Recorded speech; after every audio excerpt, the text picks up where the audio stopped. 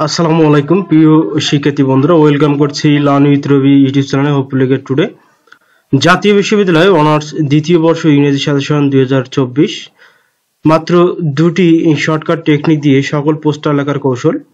অর্থাৎ আজকে আমি তোমাদের জন্য নিয়ে এসেছি দুটি গুরুত্বপূর্ণ পোস্টার, যে পোস্টার টেকনিক দুটো দিয়ে তোমরা অবশ্যই তোমাদের এবারে যে 24 সালে পরীক্ষা দেবে অনার্স সেকেন্ড ইয়ারে ইংলিশ পরীক্ষা, এই ইংলিশ পরীক্ষায় পোস্টার যাতে তোমাদের 100% কমন থাকে এরকম দুটি টেকনিক দেব। এই দুটি টেকনিকেই যথেষ্ট ইনশাআল্লাহ।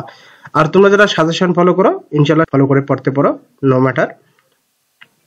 তোমরা যারা দুর্বল স্টুডেন্ট রয়েছে তোমাদের জন্য এই শর্টকাট টেকনিক দুটি খুবই ইম্পর্টেন্ট, কেননা তোমরা যদি শর্টকাট টেকনিক দুটি পড়ো ইনশাআল্লাহ তোমাদের 100-এর মধ্যে 100 পোস্টার কমন থাকবে। তো কথা না বাড়িয়ে মূল অংশে চলে যাব। মূল অংশে চলে যাওয়ার আগে তোমাদের কাছে একটাই অনুরোধ, তোমরা আমার চ্যানেলটিকে সাবস্ক্রাইব করো এবং লাইক এবং কমেন্টস করে জানিয়ে দিও, ঠিক আছে?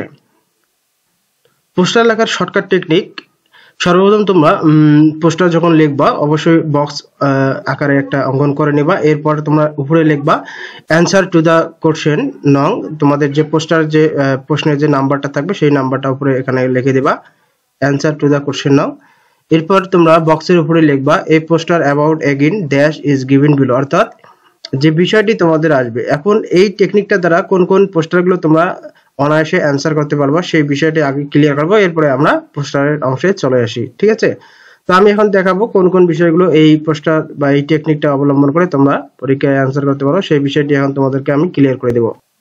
আমি তোমাদের জন্য এখানে যে পোস্টারগুলো দিয়েছি এই পোস্টারগুলো তোমরা অবশ্যই লিখতে পারবা এই ফরম্যাটটি দ্বারা। এই পোস্টার অ্যাবাউট কারাপশন, 2 হচ্ছে অ্যাসিড থ্রোয়িং, 3 ড্রাগ এডিকশন, 4 হচ্ছে smoking, 5 unfair means in the exam, 6 dengue fever, 7 price hike, 8 environment pollution, 9 child অ্যাব্রোচ, 10 deportations, 11 reckless driving, 12 Rohingya killing in Myanmar, 13 food adulterations, 14 হচ্ছে মিলিটেন্সি, 15 এফটিজিং, 16 টোল কালেকশন। এছাড়াও তোমরা দিতে পারবা যে কোনো সমস্যা জনিত, যেমন ট্রাফিক জ্যাম, রোড অ্যাক্সিডেন্ট, ঠিক আছে? এই ধরনের যে আছে চাইল্ডহুড ম্যারেজ, ঠিক আছে? এগুলো তোমরা অবশ্যই এই পোস্টার ফরম্যাট টেকনিক দ্বারা তোমরা লিখতে পারবা, ঠিক আছে? এক কথায় যত প্রকার খারাপ দিক নিয়ে পোস্টার আসুক না কেন তোমরা এই টেকনিকটা ব্যবহার করতে পারবা, এটা হচ্ছে মূল বিষয়। তো আমরা এখন মূল অংশে চলে যাচ্ছি। তো আমি বলেছি যে পোস্টার লেখার আগে একটা বক্স অঙ্কন করে নিবা, এরপর তোমরা অবশ্যই পোস্টার বক্সের উপরে লিখবা এই পোস্টার অ্যাবাউট এগেইন ড্যাশ, অর্থাৎ যে বিষয়টা আসবে সেই বিষয়টা এখানে লিখবা। তো আমি এই বিষয়গুলো তোমাদের এখানে ছক আকারে দিয়েছি, তোমরা অবশ্যই তোমাদের খাতায় নোট করে রাখো, পরীক্ষায় সেম টু উপায়ে তোমরা লিখবা। তো আমি একটা এক্সাম্পল দিয়ে তোমাদেরকে বোঝাচ্ছি। ধরো তোমাদের পরীক্ষায় ইফটিজিং আসলো, এখন ইফটিজিং সম্বন্ধে একটা তোমাদেরকে পোস্টার লিখতে হবে। তখন তোমরা লিখবা if answer to the question নং, তোমাদের পোস্টারে যে প্রশ্নে যে নাম্বারটা থাকবে সেই নাম্বার দিবা।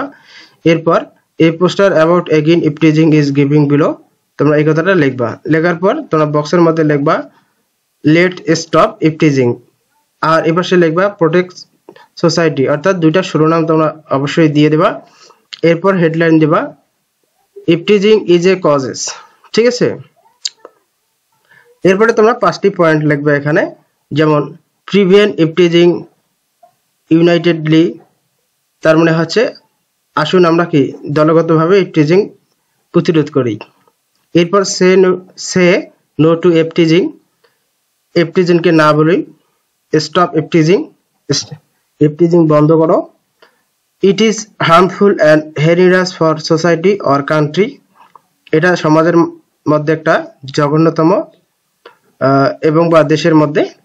এরপর ডেভেলপ মোরাল ভ্যালুস, তার মানে এটা আমাদের মূল্যবান সময়কে কি ক্ষতিগ্রস্ত করে, ঠিক আছে? এটা হচ্ছে মূল্যবান সময়কে ক্ষতিগ্রস্ত করে, অথবা নৈতিক মূল্যবোধ জাগ্রত করি, এটা হচ্ছে মুখ্য বিষয়, ঠিক আছে? এরপরে দিবা circulated by the student of learning college Mohammadpur 12, Dhaka 12-15, এটা হচ্ছে মূল বিষয়, একটা ঠিকানা। তোমরা যে কোনো একটা কলেজের নাম দেবা, আনকমন কলেজ, যে কলেজটার অস্তিত্ব কম।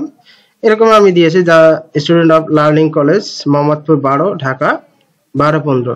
ঠিক আছে, এভাবে দিলে পোস্টারের সৌন্দর্যতা বাড়ে এবং টিচাররা অবশ্যই ফুল মার্ক দিতে বাধ্য থাকে। ঠিক আছে, এই হচ্ছে প্রপার ওয়েতে একটা পোস্টার লেখার ক্যাটাগরি। তোমরা সেম ওয়েতে যদি পরীক্ষায় অ্যান্সার করো, ইনশাল্লাহ ফুল মার্ক আশা করতে পারো।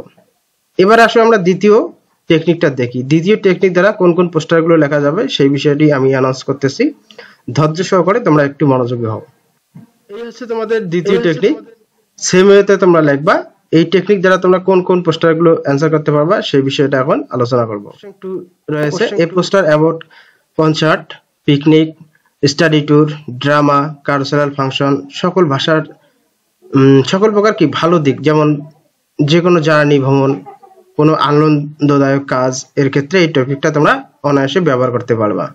ঠিক আছে, এখানে দেখো এ পোস্টার অ্যাবাউট এগেইনস্ট, তোমাদের যে বিষয়টা আসবে ভালো দিক সম্পর্কে সেটা লিখবা।